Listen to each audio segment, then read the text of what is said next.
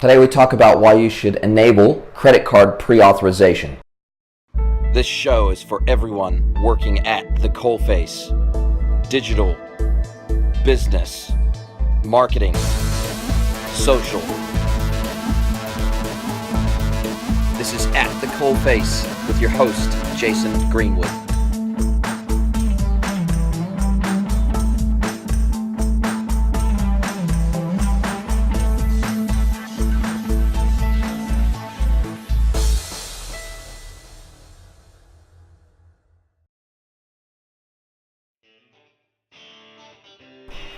Hello everybody, I'm Jason Greenwood. Welcome to episode 44 of At the Coalface. Today we're going to cover off why you should enable credit card pre-authorization on your website. And for those of you that don't know what pre-authorization is, we're going to cover off what that is first, and then we're going to get into a little bit more of the strategy and the tactics and how you actually go about implementing this. So credit card pre-authorization on your website means that you are effectively splitting up the process of actually taking a payment from a customer's credit card. You're splitting that up into two actions instead of one action. So you're splitting that up into the authorization process and what's known as the capture process, or actually taking the payment and charging it against the customer's credit card. Now there's a number of different reasons why you would want to enable this, especially if your shopping cart software supports this and your payment gateway supports this. So your merchant bank, your payment gateway, and your website all need to support this functionality for it to be able to work for you. By splitting up that particular part of the process of actually taking a payment from a customer, what you're doing is you're allowing for anything that may happen in between the time that a customer places the order and the time you actually dispatch the order. You're allowing time to deal with any of those issues before you actually take payment from the credit card. So let's say hypothetically you run out of stock. So the customer places an order, you run out of stock before you're able to dispatch the order. Well then, under the normal process of actually taking a payment from the customer as soon as they place their order, then you would have to refund that particular order back to the customers, because you've taken the funds from their cart. So you're going to pay a merchant transaction fee and a gateway fee for taking the payment, and you're also going to pay a fee typically for the refund process as well. So you're going to pay twice. You're not going to actually take any money from the customer at all, and you're actually going to harm the customer experience because they're not going to have access to those funds on their card for the duration of time that you took that payment for, between the time you took it and the time that you refund those funds. So by enabling a pre-authorization hold, what that does is it locks those funds off of that customer's credit card for a period of 5 days from the time you take the pre-authorization to the time those funds are released. If you don't capture the payment within 5 days, those funds are then released back to the customer to use on their credit card. So in terms of the mechanics of implementing this, as I said, your merchant bank, your payment gateway provider, whoever that may be, needs to support the process of pre-authorization. And then from a purely mechanical perspective, being able to execute pre-authorization, you need to have your shopping cart software be able to support it, and you need to have it be able to support it in a very specific way. Otherwise, the additional workload involved in taking a pre-authorization may not make it worthwhile for you.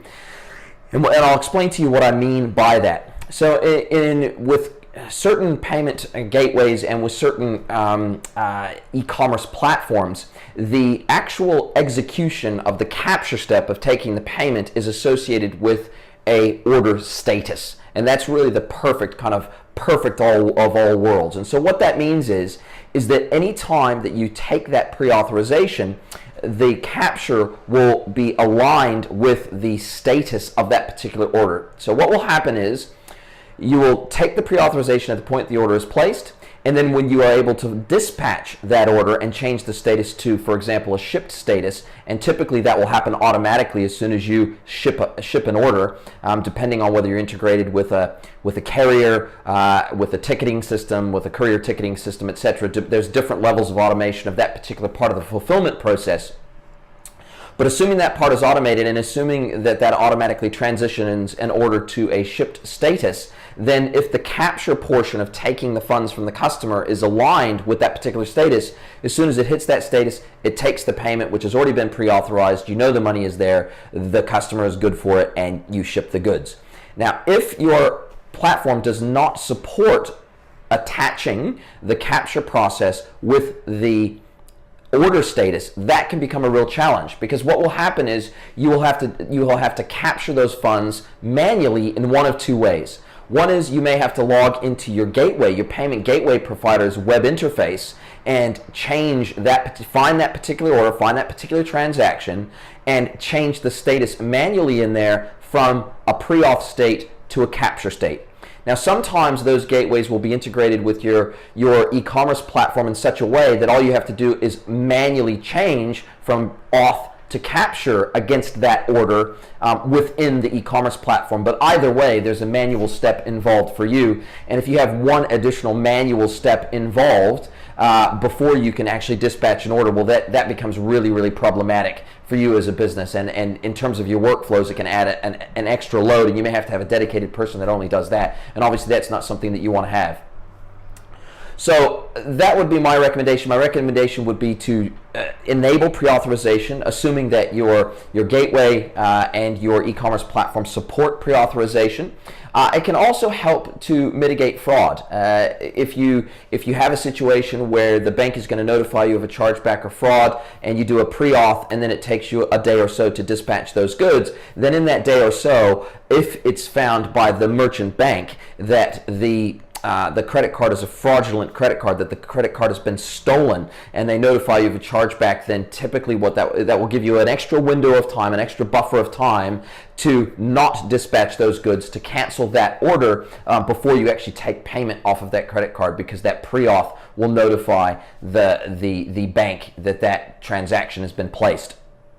So it does give you a little bit more of a buffer in there. Not so good because the customer isn't notified, the person who is the card holder is not notified that a pre-auth has been placed. So it really is up to the bank to be able to give you that extra buffer of a couple of days to cancel that credit card. If it's found to be fraudulent through other means, then it gives a bit of time for that credit card to be canceled and you to be notified as the merchant that there's going to be a chargeback. So it's an extra layer of protection, but it's not foolproof, and it's certainly not bulletproof. So I wouldn't rely on pre-auth to completely eliminate credit card fraud or the fallout from credit card fraud from your business, but it certainly gives an opportunity to help.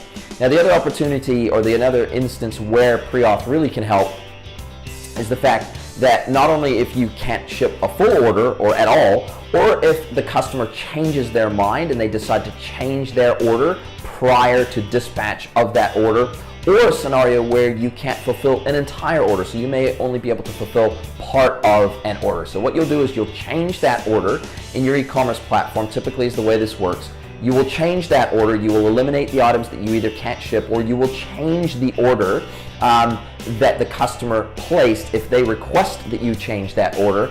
And so long as the order that is ultimately placed is not more than, or is not of a value that is more than the initial value that was authorized, then you can hit at the capture stage, you can capture less than you pre-authorized. So let's say a customer initially orders an order that's $200 in value, but then they change their order and ultimately ends up making that order $100 in value. Then when you do the capture phase, you're only going to capture $100 of that pre-authorized $200 amount. And the same if you can only partially ship an order. They pre-auth for $200, you can only ship $100 worth of goods, you're only going to capture $100 worth of payment, as opposed to having to do a partial refund of $100 back to the card if you did a full auth and capture in one step. So certainly there's a number of different reasons why, from a customer service perspective, from a customer experience perspective, and also from a pure handling perspective, that you would want to, and minimizing costs as well, of operations of numbers of transactions through your gateway. There's a whole raft of reasons. I've really just started to scratch the surface, but hopefully that's given you enough information that you will consider implementing pre-authentication on your payment gateway account, and make sure that that's supported by your e-commerce platform, or pardon me, or that you go and you get it implemented and get it supported on your e-commerce platform because of the benefits it will provide to your business.